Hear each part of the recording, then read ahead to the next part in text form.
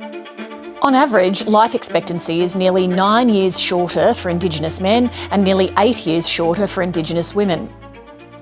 Indigenous children are imprisoned at a rate 17 times higher than non-Indigenous children, and in the Northern Territory, they're 43 times more likely to go to prison. The Indigenous employment rate is 49% compared to 75% for non-Indigenous Australians, and Indigenous young people are 4 times more likely to commit suicide. Ken Wyatt, thanks for your time today. It's good to be with you, Lee. The previous Closing the Gap scheme failed to meet its targets. What do you think will make a difference with this one?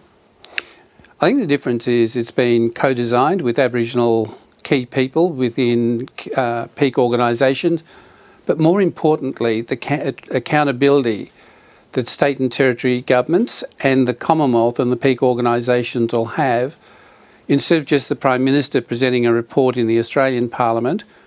The states and territories have agreed to table a report in their own parliaments on their success with the targets at the jurisdictional level, and the peaks will provide a report on what they've achieved against the targets that they're responsible for. So I think that accountability makes the difference.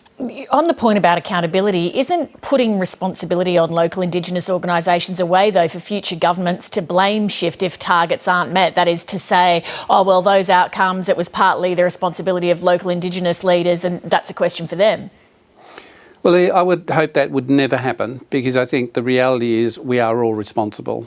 The number of targets in this plan are double the last one. The gaps exist in every aspect of life: mortality, chronic disease, disability, incarceration, education, wealth, employment, you name it. And yet the government's putting no additional money towards this. Doesn't that send a clear message about priorities and commitment? Well, I think the thing that we're doing first is to look at the implementation plans that now need to be developed for each of the targets, identify what existing resources are there, and then identify what are the additional resources. Now, certainly we have provided support to the peaks, but we will have ongoing discussions and further announcements will be made in the near future, Lee, on this matter. So there should be more resourcing going to it. There will be more resourcing going to it. The Commonwealth will stump up, as we indicated in the negotiations. And I was reminded by Pat today of that obligation, and we are committed to working very closely with the peaks.